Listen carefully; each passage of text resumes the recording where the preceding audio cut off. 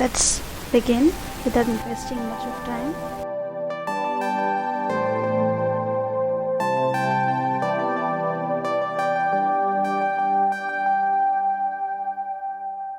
Let's see some more detailed problem. One more, something which is very specific question. So let me read the question. A 400-meter diameter shaft is rotating at 200 rpm in a bearing of length 120 mm. If the thickness of the oil film is 1.5 mm and the dynamic viscosity of the oil is 0.7 Newton second per meter square, determine two things: torque required to overcome the friction in bearing. Second one, power utilized in overcoming viscous resistance. Assume a linear velocity profile. Now in this problem, what you're gonna do, first of all you should need to identify what are the given data.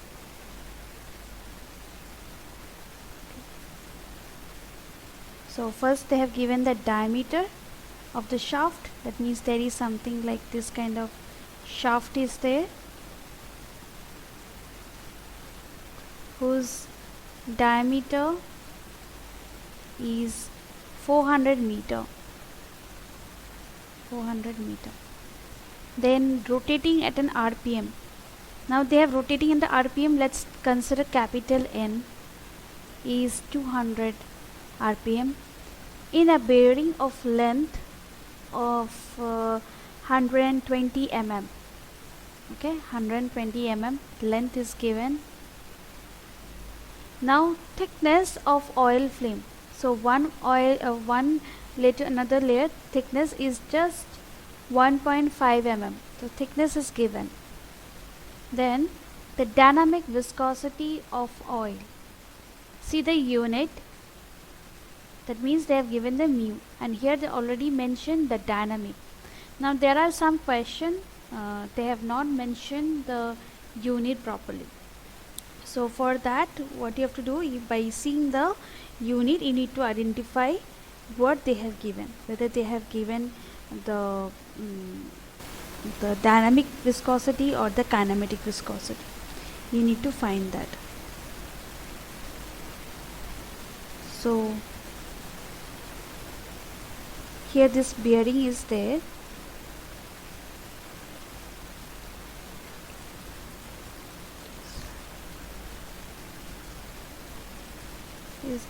And another component we have here.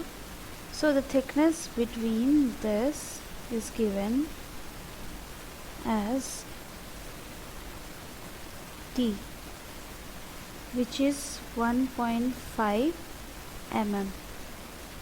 Okay. And length of this has been given, okay, 120. It's just a shaft and bearing problem. See how they have used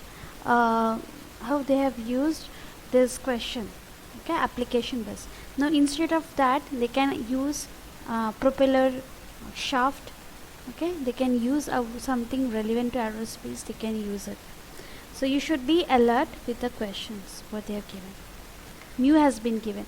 Now torque. You need to find the torque and the power. Now what formula you are going to use to find out the torque? How you are going to find out the torque?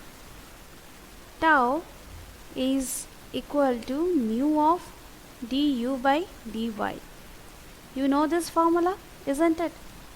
Now tau is not there. You don't know what is tau. Do you know mu?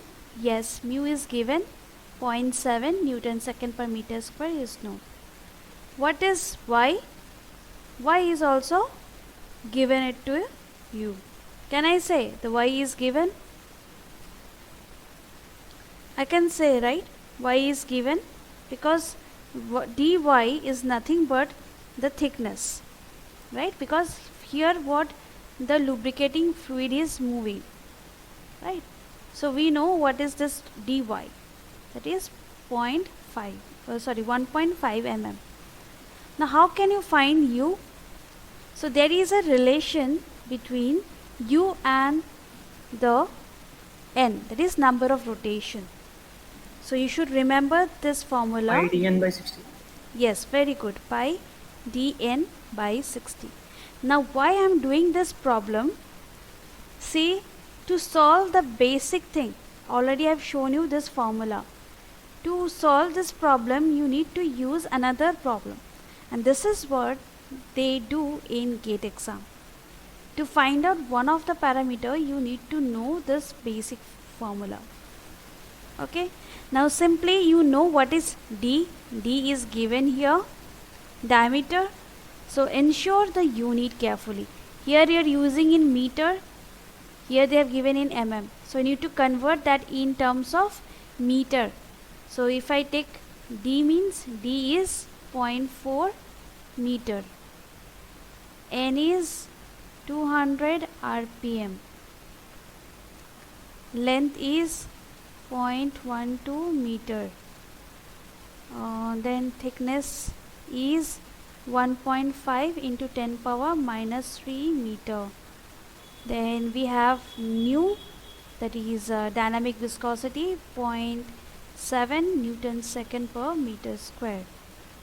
These are the given data. Now you substitute that in this formula. Pi into 0.4 into n is around 200 divided by 60. Tell me what is the answer? Very good. We're getting around 4.18 meter per second. Now you know what is the velocity also. Now you can find tau. Okay, now what is tau? Tau is a shear stress, but here in the question you need to find the torque. Now how can you connect the torque with the shear stress? Yes, tau with the shear stress.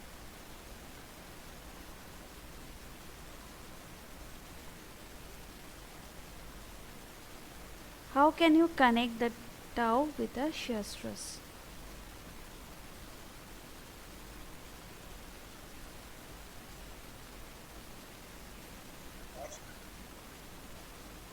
Remember the torque, okay? Torque of a shaft is,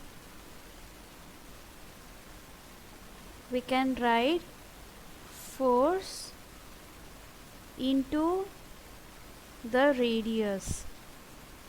Okay, force into radius, or we can say force into d by 2. That is torque. Now we can now find out what is shear stress. That is tau. Now we need to relate this shear stress with the force. Now d is known, right? How I can do that? Now can you solve? If I want to find the force means shear stress into area. Am I right? Shear stress into area. Now to find out this shaft area, what you have to do? You have to use tau into pi dl. You have to use pi dl.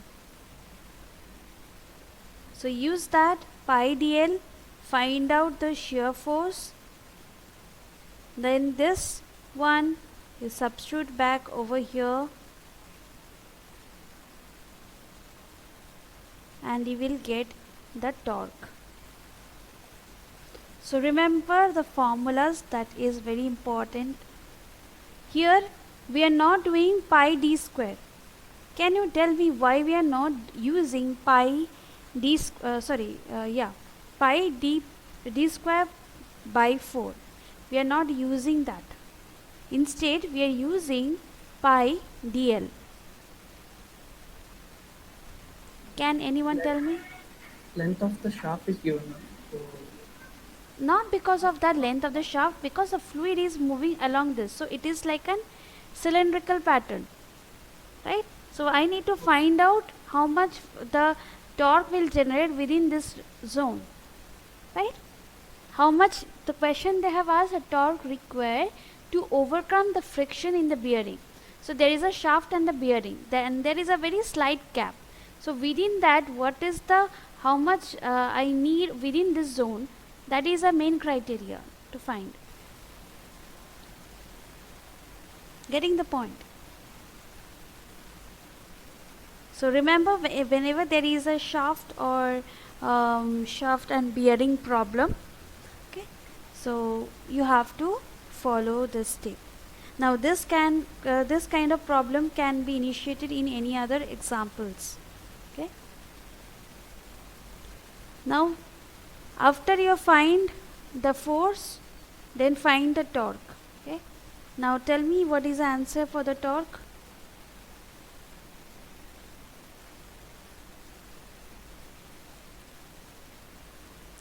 And along with that, tell me what will be the unit. Please unmute yourself and say what will be the unit. As I've said, unit is also an important thing. You should know what is the right unit.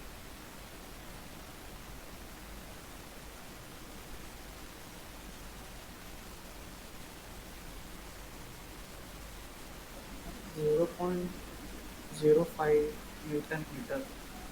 Newton meter is right. Torque, you saying 0.05? But no. Please calculate it properly. This is not the answer.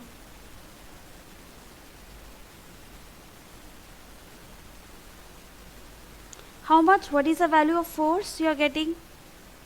Find each and everything separately and tell me what is the tau value you are getting.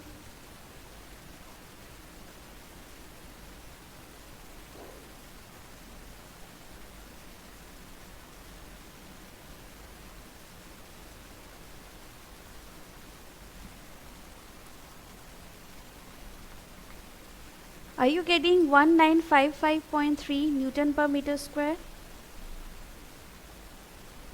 Just check your answer.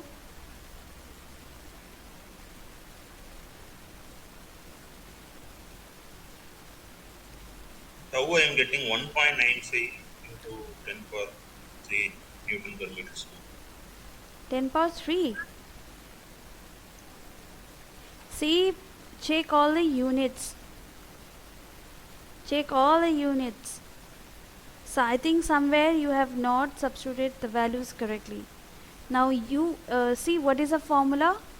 Tau equals to mu du by dy. So what you have to do here? 0.7 into 4.18 divided by 1.5 into 10 power minus 3.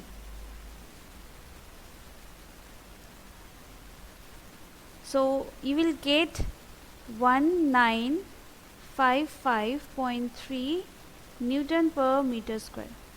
This is what I got. Now you can also write 1.9 into 10 power 3. Just check your answer. You are getting tau value. Now next, after finding the tau, what do you have to find? Our main requirement to find the torque. For to find the torque, we need to find out the force. The force means the shear stress into area. That means tau, that is 1.9 into 10 power 3 into pi into 0.4 into L. L is 0.12. Solve this and approximately, yes, 294. It is in terms of something Newton. Now if we are using 294 into what is be the radius, 0.2, right? What will be your answer?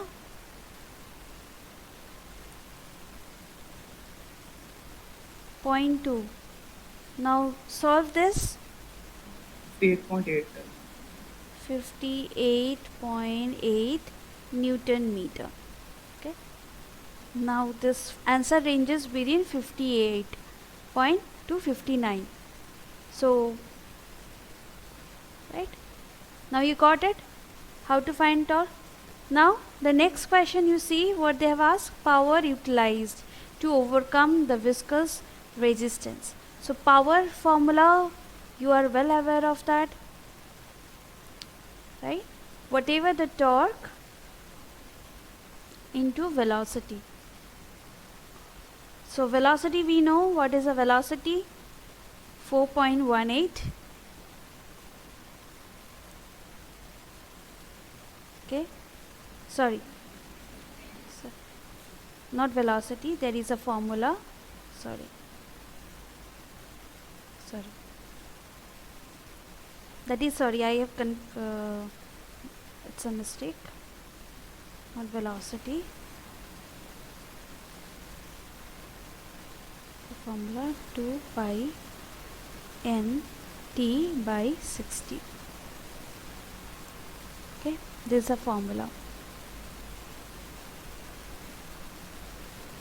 So if you are multiplying the thrust into velocity, you get the power, but for the torque you need to use this formula, or it can also written as 2 pi n t by 60. Now you know all the values. 2 into pi into n is 200 into tau is around 58.8 divided by 60. Now tell me what is the answer. 1.2 kilowatt. 1 point. Are you getting kilowatt over here? We can write in watt also. Yes. Now if you are using this formula, you will get whatever 1 to something in watt. Okay. Now if you are dividing this term with 1000, you will get in kilowatt, that is 1.2 kilowatt. Fine. But if you are using this formula alone, you will get in terms of watt. But if you are dividing with 1000 again, so you will get in kilowatt. So again, this is one of the confusing area. So whether to divide or not to divide, if divide, whether it is a kilowatt or watt, just have a clear clarity about it. Fine. Now the next question I will put you for your assignment. Okay, so you can take the screenshot. Okay,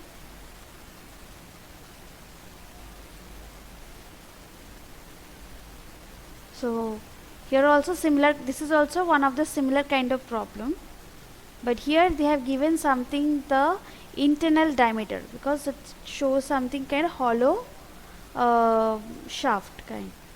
Okay, so you need to find out the power dissipated. So whatever the things you have found out till now, so completely you have to find for this problem also, but something different. But here what you have to use, here there is another internal diameter is there. Okay, so from here internal diameter is there. From here what you can find, you can find out what will be the thickness.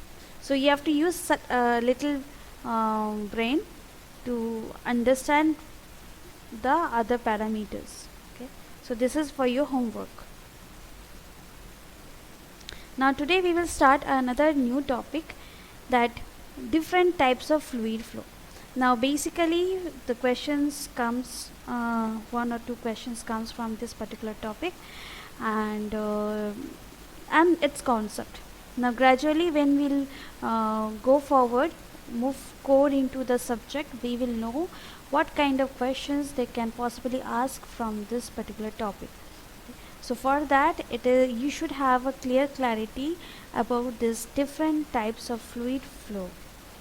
Now there are of different types, you can see nearly of 6 types: steady, unsteady, then uniform, non-uniform, laminar, turbulent, compressible, incompressible, rotational and irrotational flow, 1, 2 and 3 dimensional flow. Now let me give you the overview what you have to do from here. First you have to understand the nature of this flow. Now each of this flow will be mathematically expressed.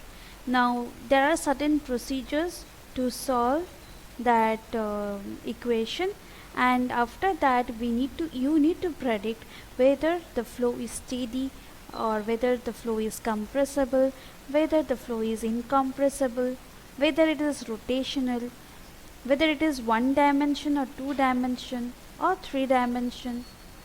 Fine. So the mathematically you need to find out and state the nature of the fluid. I hope here you have no doubt. So moving to the next, let's see one of each and every different types of flow separately. Now first one you can see steady flow. Now what this says that the flow in which the characteristics of fluid like velocity, pressure, density and any other characteristic things will at any point does not change with respect to time. Now this is a very important idea, you can say, does not change with time. Okay, so whatever the flow properties you might consider, starting from the velocity, pressure, density, fine, it is not, if you are differentiating with respect to time, it's going to be no change. Okay, it's going to be 0. That means these points are constant along the flow. But the opposite thing happens in case of unsteady flow. The velocity, pressure, okay, pressure, density will be changed with time. Okay, as we see the change in time, they won't be no longer constant, they will be changing. And note down the points how they are denoted. Okay, how they are denoted. So here steady and unsteady mostly it depends on time. Now this can be of 1 dimensional flow, 2 dimensional flow, 3 dimensional flow. Now though this dimensional flow has been pointed out at last, now this, what is meant by 1 dimensional flow? If the flow is flowing in any one of the direction, let's take a coordinate point. Okay, any random, let me draw over here.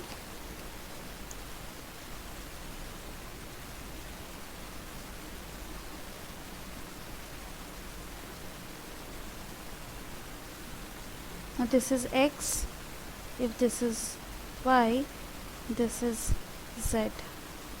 Okay, z. Now if the flow is flowing only in one direction, okay, let's consider x, so we will consider it is in 1 dimension. If we are comparing both, okay, both along the x and y, so it is of 2 dimensional. That means we can put a coordinate factor for both x and y. That means flow is a 2 dimensional. Now if we can put a coordinate on 3 directions, that is x, y, z, that means the flow is on of 3 dimensional. So this idea, this steady or unsteady, it irrespective of which dimension, does not depend. The main point is it only a factor of time. It can be of 1 dimensional flow, within that 2 dimensional or 3 dimensional. Next comes uniform and non-uniform flow. Okay, so you can clearly understand what that uniform and non-uniform flow. Here basically what happens, we determine with respect to distance. So whatever the property, the velocity, density, pressure, right, will not change with respect to distance, will not change with respect to distance. So that is called as a uniform flow.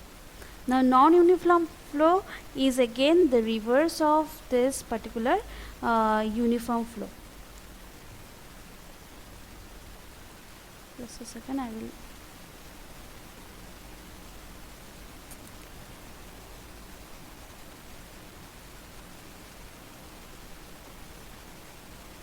Okay, so mathematically for a non-uniform flow we can write dou V by dou S. S depends on distance equal to 0, or dou P by dou S equal to 0, dou rho by dou S equal to 0.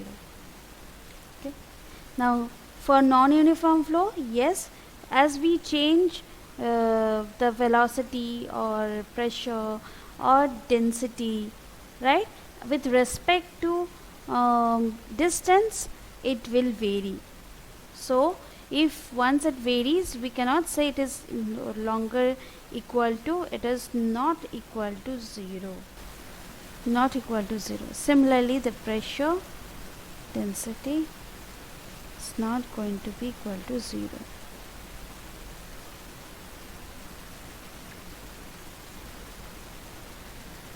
Right? Now you can understand this example, right? There is a longitudinal cross section, right? Now if the flow is moving uniformly, that means constant discharge through the non-variable diameter pipe. If the discharge is constant, discharge we can say in terms of mass flow rate, right? So I hope you know discharge we can say in terms of mass flow rate, or we can, it comes from continuity equation. Now what is that continuity equation?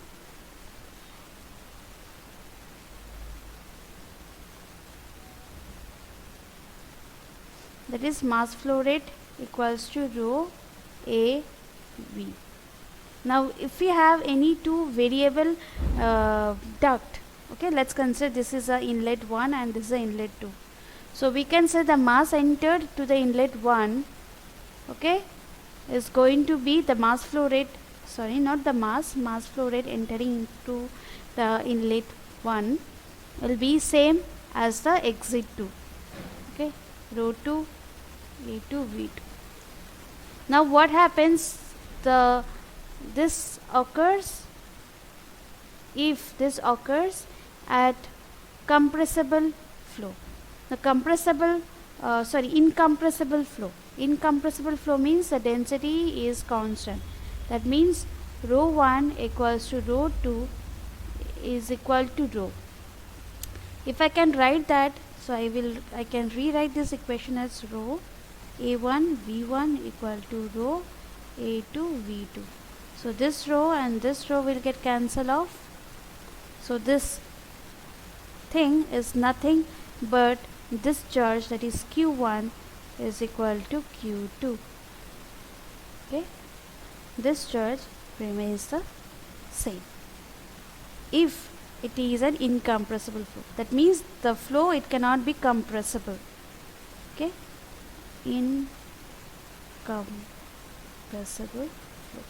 And this is what we are going to see in the very next point. Okay, let's finish up over here. So compressible, I have said that it cannot be, so density will be varying from one point to another. So if I look into this previous example, right, so if there is a variable duct, okay, so if at the inlet the density is different, when it is leaving the density is different, so it's going to be a compressible flow. Now I hope all of you are aware of our gas turbine engine. Again I will give you example about gas turbine engine. So if I want to draw our gas turbine engine, something like that, so you know there are lot many different components. So when the mass flow rate entering into the diffuser, I can say diffuser, or let's consider the compressor blade even. So if it is m dot a, mass flow rate of air, now it followed with combustion chamber where both the fuel and the air get mixed up, right, and it expels out to the nozzle finally. Now do you think here the density remains same, right? Here we will have the density of air, here get mixed up, here we will have something of exhaust. So this is one of the example of a compressible flow. The air has been compressed, right, and they are no longer the same, no longer the same. So they can give you certain examples and they might ask you pick the right one. So you should, again, this kind of thing they can possibly ask through multiple choice, multiple selection type question. Then mostly they ask numericals based on this compressible, identify whether the flow is compressible or incompressible. That also we will see slowly. Okay. So that means when the density is not constant, we say that as an compressible flow. When the density is constant, we say it is an incompressible flow. Now when we studying about compressible and incompressible, you should know some more parameter like coefficient of compressibility. Now other word of coefficient of compressibility is known as a bulk modulus.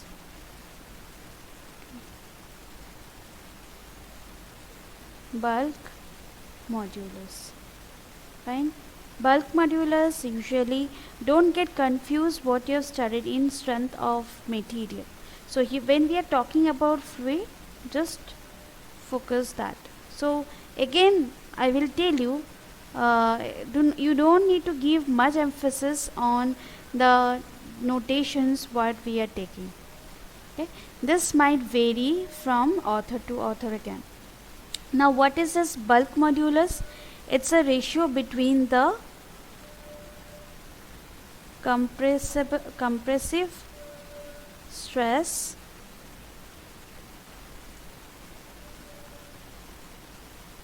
to the volumetric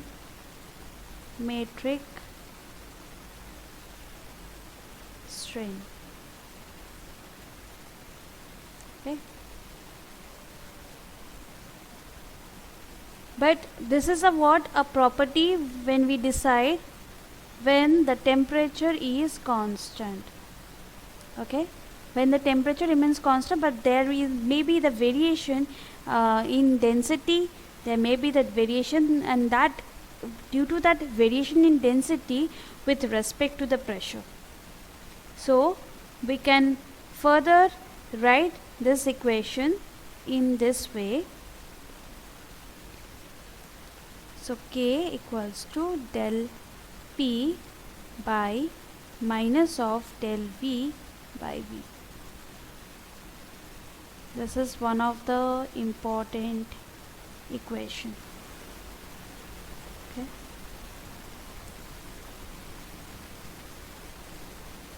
Now can you tell me what is the significance that we can gain from this particular equation? What kind of significance we can bring into it? Now before bringing the significance, what will be the unit?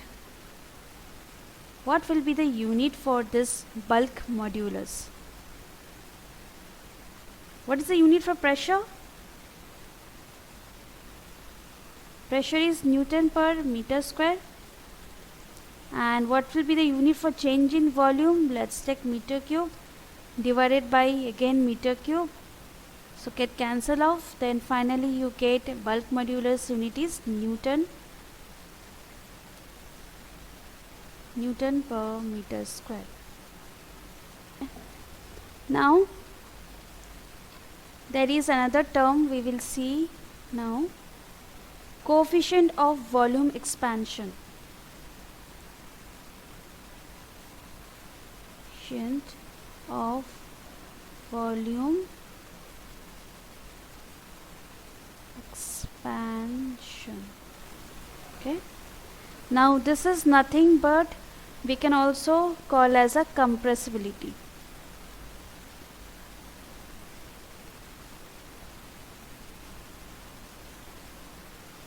Compressibility beta, we denote as a term beta. Now it is just a reciprocal of bulk modulus. Okay, compressibility is a reciprocal of bulk modulus. Now how can I write mathematically compressibility? Then negative of del V by del P, change in pressure. Okay, del P means change in pressure.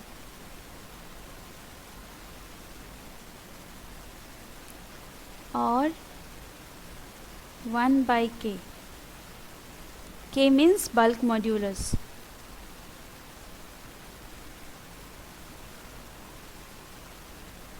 Possibly there can be the question from this particular topics.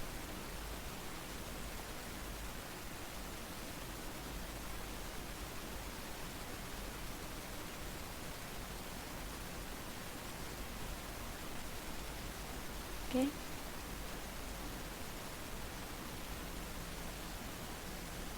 Now from this equation, I hope you are noting down simultaneously. So from this particular equation we can bring 3 consecutive cases. Okay, consecutive cases. If we consider at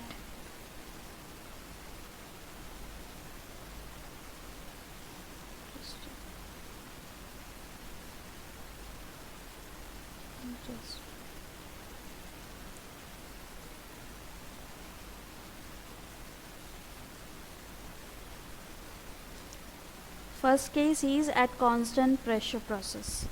That means what we can say at a constant pressure, isobaric process. At isobaric process we can say that change in pressure is going to be 0. Change in pressure, because both the points the pressure is going to be same. So therefore that K value will be 0. The K value means bulk modulus will be 0. And if the bulk modulus is 0, what will happen to the compressibility beta? It will go infinity. Fine. Then the next case, let's see. The next case, at constant volume process, isochronic process, constant volume, right? That volume from both the points are going to be same across. So I can say change in volume going to be 0. Now look into that substitute. If I want to substitute in bulk modulus equation here, so what will be my bulk modulus? It's going to be infinity. And the same if I want to substitute in volume coefficient, so I will get as beta value as 0. Okay. And the third case, what I have said, is isothermal. Okay, when the we are keeping the temperature constant. Already I have said we are keeping the temperature constant. That is nothing but the same. It will not impact on there is no point of temperature acting in this equation. So if I need to find out K, it will be like P minus del V by V, and for beta it will be minus del V by V by del P. I will move to this laminar and turbulent. So you are well aware of what is meant by laminar. Laminar we can also say as the streamline flow. Turbulent flow we can say as a turbulence. Now what happens in laminar? Mostly the flow occurs parallel, but in turbulent it will be like a zigzag flow, random flow. Now if I see the velocity will be low in the laminar, turbulent it's going to be high, right? So what if I want to draw the velocity profile? It will be a parabolic curve. This is an important thing. Again they can ask, you should know the nature of a curve, whether it's a parabolic or logarithmic. Okay, so this is a parabolic and this is a logarithmic curve. So we will see that curve when we are seeing more deep about the boundary layer. Okay, boundary layer problems and all those things. When you are seeing, we will see more about the velocity profile, thermal profile, and the shear stress profile. We will see that. Okay, now next comes what happens with the shear stress. Yes, that also we will see those things. So as of now you remember that it depends on velocity and that one depends on density. Now when we talk about the just a second.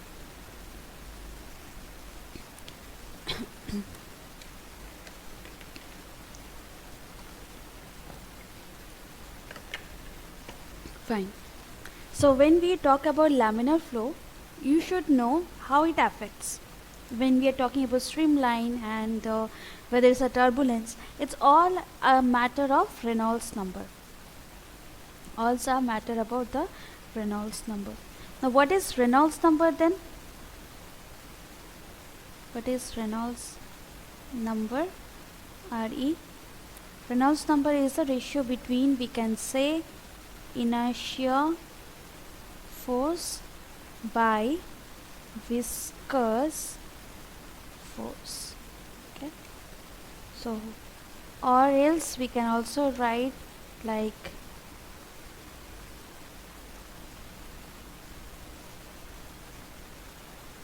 rho VL by mu. Okay, so Reynolds number can also be expressed using this. Now two things we get confused more rapidly.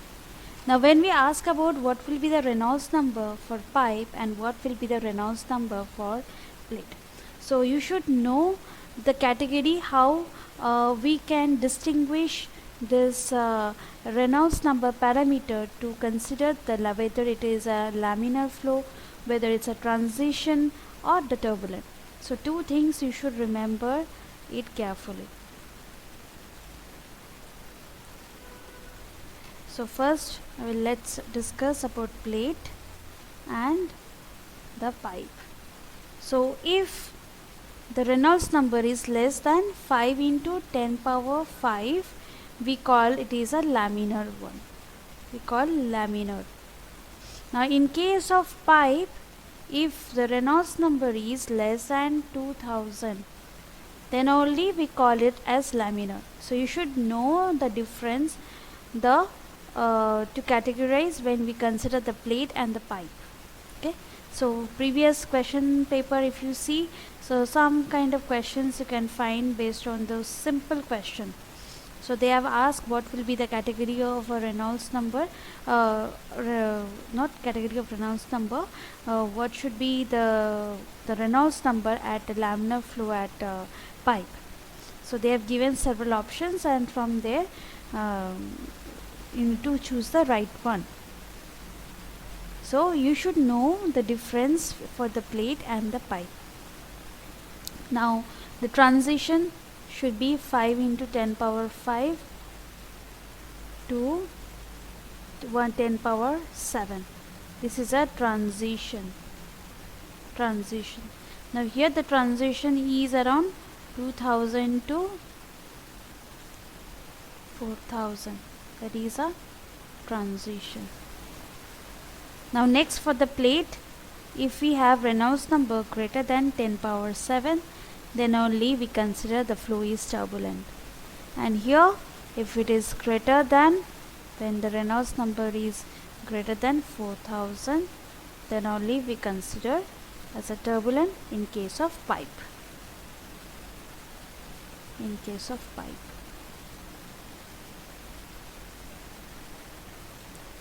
So these are the general thing which I am telling right now. So we will see the applications. Now before that, you should know what are these things. Now quickly I will complete the other two more flow pattern, the rotation and non-rotation. Okay, so rotation means you can understand that the flow will be having some kind of swirling motion. That means rotating about its own center. Now to understand that flow pattern, let's make it in this way. Like suppose one of the molecule is of this smiley, right? Now when it is tends to rotate, right? So the next flow pattern will be something like this. Now further moving, it will become like this. Can understand? Can you understand that? So there will be some rotation about their mass center, fluid mass center. This is all about rotation. Now irrotation is just, for an example, there is one kind of, let's consider in this way. Sorry.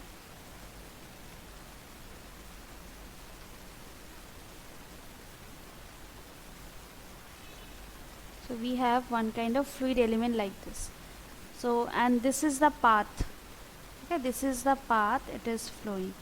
Now this element can going to be like this.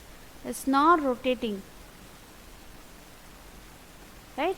The mass is fixed. If this is a mass, right, is fixed. Or if I say in other way, like for the same example, if I give for the smiley which I have shown you, okay, if it is flowing in this way, right, so it's going to be like this.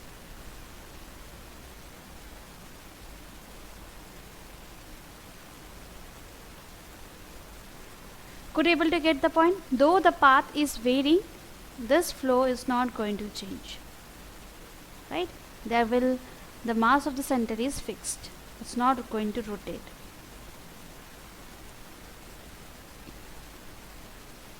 I hope it's clear to all.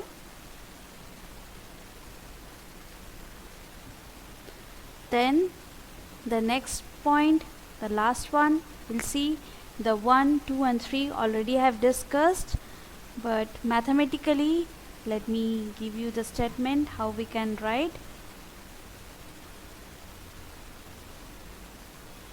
So for one dimensional, we can write, for example, it is on the u direction.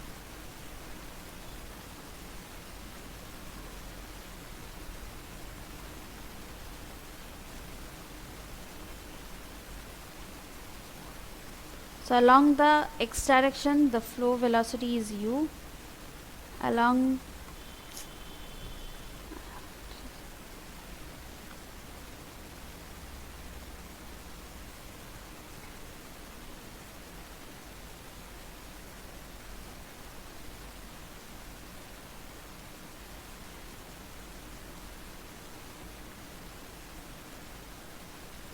okay, along the y you have v, and along the z you have w.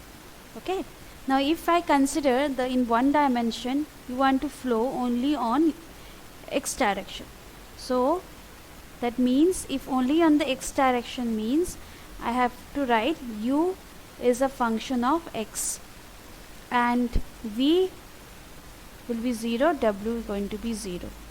This is for one dimensional flow. So similarly for two dimensional flow, right, u can be the function of x and y, v also can be the function of x and y, but w going to be 0. Now in three dimensional, what will happen? U is also the function of x, y, z. V is a function of x, y, z, and w is also the function of x, y, z. And in the very next class we will see some of the numericals, how to identify this flow. Now that topic is very important, and definitely 2% or 3% of the question used to come from this particular topic. Okay, and before that I will also explain the difference between the velocity potential and stream function. So then I will proceed how to find out this flow pattern.